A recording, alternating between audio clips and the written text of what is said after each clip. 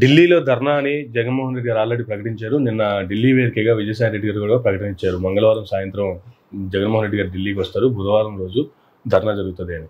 దానికి స్పందించి home minister Anitha గారు కూడా ఒక కౌంటర్ వేశారు. ఢిల్లీ ధర్నాకి నేను కూడా వస్తా, గత 5 ఏళ్లలో ఏం జరిగిందో మీ దీక్ష వేదికగానే నేను కూడా చెప్తాను అనేటువంటి కౌంటర్ రావాలి. ఇప్పుడు కౌంటర్లు ఇచ్చుకోవడం, ఆర్గ్యుమెంట్లు చేసుకోవడం కాదు కదా.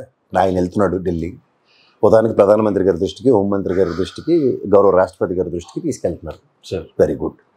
కానీ దానికన్నా ముందు ఇక్కడ నేను గవర్నర్ విషయం అదే మాట్లాడుతున్నాను. ఇప్పుడు మీకు ఇంకో చిన్న విషయం చెప్తాను. ఆ ముచ్చుమరిలో సంబంధిత వ్యక్తిని నన్ను ఎంక్వైరీకి పోలీస్ స్టేషన్కి పిలిచారు. అతను రాత్రి 11కో 12కో ఇంటికి దింపిన తర్వాత ఆయన ఆత్మహత్య చేసుకుని చచ్చిపోయాడు. ఆత్మహత్య నేరమా కదా? నేరమే కదా, శిక్ష కదా. ఇప్పుడు ఒక పోలీస్ వ్యవస్థ, ఒక మనిషి ఒక మానసిక పరిస్థితి, అతను పోలీస్ స్టేషన్లో అతనికి చేసిన దానికి విచారణ నిమిత్తం తీసుకెళ్ళిన దానికి అతనికి మానసిక సంఘర్షణలు ఎదురయ్యాడు. వీడికి మానసిక సౌతల్యం కోల్పోయి జరగబోయే విపత్కరం ఆ పాట రీడ్ చేయలేరా? రాజకీయాలు ఆపాదించట్లే. ఇప్పుడు ఆ ముచ్చుమరి ఘటనకు సంబంధించిన విషయంలో అతను వ్యక్తి ఆత్మహత్య చేసుకున్నాడు. ఇది నేను అంటుంది ఏంటంటే, లా అండ్ ఆర్డర్ కనుక పర్ఫెక్ట్గా ఉన్నప్పుడు ఆ సంబంధిత పోలీస్ స్టేషన్లో గౌరవ సిఐ గారు కానీ, గౌరవ ఎస్ఐ గారు కానీ, వీడు కనుక బయటకు వెళ్తే ఖచ్చితంగా ఆత్మహత్య చేసుకునే పరిస్థితులు ఉన్నాయి. సో ఆత్మహత్యలు చేసుకునే పరిస్థితి ఉంది కాబట్టి వీడిని మనం మన దగ్గరే పెట్టుకుని విచారణ నిమిత్తం 2 రోజులు వాడిని సంయమనపరిచి ఒక సైకాలజిస్టులను నడుతున్న పెట్టి ఇచ్చేసే కార్యక్రమం వాళ్ళకి తప్ప ఇంకెవరు లేరండి. మనకి పోలీస్ వ్యవస్థ తప్ప మనల్ని కాపాడేవాడు, రక్షించేవాడు ఎవరు లేరు. సో వీటి వల్ల వచ్చి చూడండి వాకౌట్ చేసేసారు, బయటపోయారు. ఇంతే ఖండిస్తున్నాం. వాళ్ళ కోట శ్రీనివాసరావు కదే మనకి రాజకీయ నాయకులు అంటే కోట శ్రీనివాసరావు కదా, ఖండిస్తాం అంతే. అకౌంటబిలిటీ, ఆన్సరబిలిటీ వచ్చేదాకా నిరసన అన్నది ఎప్పుడైతే ఉంటుందో సార్, దిస్ ఇస్ వాట్. వీళ్ళు వాకౌట్ చేయకపోయినా కూడా అసెంబ్లీ ఆటోమేటిక్గా వాయిదా వేసేస్తారు కదా, ఈలోపే వాకౌట్ చేయాల్సినంత అవసరం వచ్చిందంటారు సార్. నిరసన తెలియజేయడానికి 100 మార్గాలు ఉంటాయి. కానీ ఏంటంటే ప్రజాబాహుల్యంలో ప్రజలకు తెలియవలసిన అంశాలు ఏమంటున్నాను. ఒక గలం వైఎస్ఆర్సీపీ నుంచి వినబడి ఉంటే దానికి కౌంటర్ అట్నుంచి ఉంటే ప్రజలకు సామరస్యం అర్థమవుతుంది కదా. అంతే కదా. ఇప్పుడు వాళ్ళ ప్రజాస్వామ్యంలో నేను అంటుంది ఏంటంటే, గౌరవ సభ్యులు ఎవరైతే ఎన్నుకోబడతారో ప్రజాస్వామ్యంలో ప్రతి నియోజకవర్గంలో జరుగుతున్న దాష్టికాలకి ఉదాహరణకి 11,000 దగ్గర ఉండొచ్చు. ఈ 11 నియోజకవర్గాలు అడ్రస్ చేసే అవకాశం వాళ్ళకు ఉంటుంది కదా. This is what the point is. So ఈ పాయింట్ ఎప్పుడైతే మనకి డివియేట్ అవుతుందో మనం బేసిక్స్ ఎప్పుడూ మర్చిపోతున్నాం అన్న విషయం ప్రజలకు తెలియాలి. అసెంబ్లీ సెక్షన్స్, ఈ పార్లమెంట్ సెక్షన్స్ గొల్లి పెట్టుకునే ఉంటున్నారు. గొల్లి పెట్టుకోవడానికి ముందు గౌరవ రాష్ట్రపతి ఆ సభలను అడ్రస్ చేస్తారు, గౌరవ గవర్నర్ గారు ఇక్కడ అడ్రస్ చేస్తారు. ప్రాథమిక బాధ్యత వీళ్ళు ఎందుకు తీసుకోరు? ఇది ఉంటే సింపుల్ కదా. అంతే కదా. నాకు డీటెయిల్ ఎంక్వైరీ రిపోర్ట్ కావాలా, దీని మీద నేను రేపే ప్రసంగిస్తాను, వచ్చి రావద్దని అని చెప్తారా? లేదా రాష్ట్రపతి భవన్ నుంచి ఆవిడ ఇక్కడ గవర్నర్ గారు బంగ్లా నుంచి ఓ ప్రెస్ మీట్ పెట్టి చెప్పారు అనుకోండి, what sort of authentications will be there? ఇది కోరుకుంటుంది. ఢిల్లీలో ధర్నా వల్ల ఏమైనా అవుట్కమ్ వచ్చే అవకాశం ఉందంటే ఏమీ రాదు. లచ్చికి సీటు సంతకు గాజులే. సరే మీకు ఒకటి గుర్తుంచుకోండి, శాంతి భద్రతలు అన్నవి ప్రతి స్టేట్కి వాళ్ళ ఫెడరల్ సిస్టంలో ప్రతి రాష్ట్రానికి కొన్ని డెకరమ్స్ ఉన్నాయి. గౌరవ హోమ్ మినిస్టర్ గారు వచ్చి ఇక్కడ ఇన్వాల్వ్ అయిపోయి, లేదా రాష్ట్రపతి గారు వచ్చి ఇన్వాల్వ్ అయిపోయి రాష్ట్రపతి పాలనలు వీటిలో జరగవు. ప్రజాస్వామ్యంలో ఎవడాడి మట్టికాడికి రీకాల్ సిస్టము లేదు.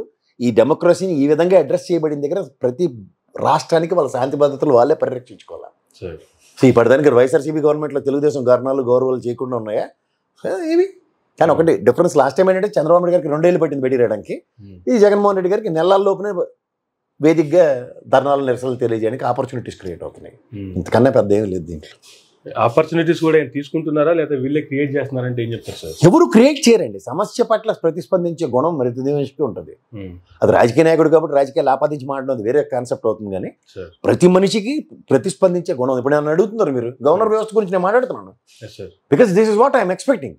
ప్రజలకు కోరుకునేది వేరే మినిమం ఉంటాయి కదండి, అవి ఏవి కోరుకోకుండా అలా వాళ్ళు ప్రసంగిస్తారు, వెళ్ళిపోతారు, ఖండిస్తాం అంటే ఏంటి? ఇది అవుట్కమ్ కావాలి కదా, సొల్యూషన్ కావాలి కదా. నిన్న గౌరవ అపోజిషన్ లీడర్ కూడా కాదు, ఆయన వెళ్ళి జగన్మోహన్ రెడ్డి గారు కలిసి ఆయన నివేదికలు ఇచ్చారు. ఈ 36 ఘటనలు ఇలా జరిగాయి, ఇలా ఉన్నాయని. అట్ల మీద ప్రథమ పౌరుడిగా స్పందించవలసిన బాధ్యత ఆయన మీద ఉంటుంది కదా, నా మీద కాదు కదా. లేకపోతే అసెంబ్లీ సెషన్కి వచ్చాడు, సెషన్లో గొడవలు కనబడుతున్నాయి. ఫస్ట్ ఆయన ప్రసంగం ఆపి yes I'm calling for an enquiry, home minister గారు నాకు రేపటికల్లా నివేదిక కావాలి దీని మీద అంటే సరిపోయింది. ఎందుకు అడగరు? సింపుల్ మాట కదా. ఎట్లా సార్ అంటే వీళ్ళు ఇక్కడ ఢిల్లీలో జరుగుతున్నటువంటి పార్లమెంట్ సెషన్స్లో కూడా ప్రత్యేక హోదా కోసం పట్టుబట్టేటువంటి పరిస్థితులు కనిపిస్తున్నాయి. ఆంధ్రప్రదేశ్లో కూడా రేపటి నుంచి ఒకవేళ జగన్మోహన్ రెడ్డి గారు ఢిల్లీ వెళ్ళినా సరే మిగతా ఎమ్మెల్యేలందరూ కూడా ఇక్కడ గొడవ చేసేటువంటి పరిస్థితి కనిపిస్తుంది. ఎట్లా చూడాలి సార్? మొత్తం వాళ్ళు అందరూ వెళ్తున్నారు, ఎమ్మెల్యేలు, ఎమ్మెల్సీలు. మొత్తం అందరూ వెళ్ళి ధర్నా చేస్తున్నారు అక్కడ. అదేంతసేపు ఒక రోజు ఉంటుందండి ధర్నా. ఆ ధర్నా తర్వాత జరిగే పరిణామాల తర్వాత బడ్జెట్ సమావేశాలు ఉంటాయి, ఈ శ్వేతపత్రాల మీద చర్చలు ఉంటాయి. వీళ్ళకి వాళ్ళు వెళ్తారో బాయ్కాట్ చేస్తారో చూడాలి. వెళ్తారు, గ్యారంటీకి వెళ్తారు, తర్వాత సస్పెండ్ అవుతారు. అండ్ వీళ్ళకి వాయిస్ మాడ్యులేషన్స్ ఉండవు, ఎందుకంటే చాలా మైన్యూట్ పర్సంటేజ్ ఉన్నారు. అందులో ఫ్లోర్ ఆఫ్ ద హౌస్లో అపోజిషన్ కింద కన్సిడర్ లేనప్పుడు సాటి ఎమ్మెల్యేలకు వచ్చే స్థాయిలోనే వీళ్ళని ట్రీట్ చేస్తారు. అది గౌరవప్రదంగా ట్రీట్ చేసే ఉదంతానికి తెరలేపనంత కాలం, ప్రజాబాహుల్యంలో ప్రశ్నలు చర్చలు అన్నవి ఎప్పుడు జరగనంత కాలం కూడా ఇలాగే ఉంటాయి. దాటవేద దూరం లేదు. ఇప్పుడు బడ్జెట్లో ఫిగర్స్ పెట్టాలి కదా, పెట్టమానండి, అప్పుడు మాట్లాడదాం, అందరం మాట్లాడచ్చు, అందరికీ హక్కు ఉంటుంది కూడా. ఏమీ లేకుండా వీళ్ళు చెప్పిన ఫిగర్ వాళ్ళు చెప్పిన ఫిగర్ అన్ని కాంట్రడిక్షన్స్. కానీ ఫుల్ ఫ్లెడ్జెడ్ బడ్జెట్ అయితే కాదు కదా, అవసరం లేదు. ఏ బడ్జెట్ అయినా ఉంది, ఫస్ట్ ఓట్ అనే అకౌంటే పెట్టమనండి, 3 నెలలకే పెట్టమనండి. గౌరవ నిర్మలా సీతారామన్ గారు కూడా పెడుతుంది బడ్జెట్, ఆవిడ 7-8 నెలలకే పెడుతుంది.